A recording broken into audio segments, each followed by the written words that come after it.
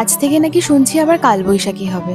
যারা বাড়ি থাকে তাদের তো কোনো অসুবিধা হয় না, কিন্তু যারা চাকরিজীবী, প্রত্যেক দিন খেটে খায় কাজের জন্য যেতে হয়, সব থেকে বড় কথা যাদের মাটির বাড়ি, টালির বাড়ি, এদের কষ্টটা যে কতটা, সেটা যারা বাড়িতে থেকে বৃষ্টিটাকে দেখে, ভাবে কত সুন্দর আরো বৃষ্টি হোক, ওয়েদার ভালো হয়ে যায়, তারা বোঝে না। এদের মধ্যে আমিও পড়ি, কারণ আমাকেও তো সেরকম একটা এখন বেরোতে হচ্ছে না।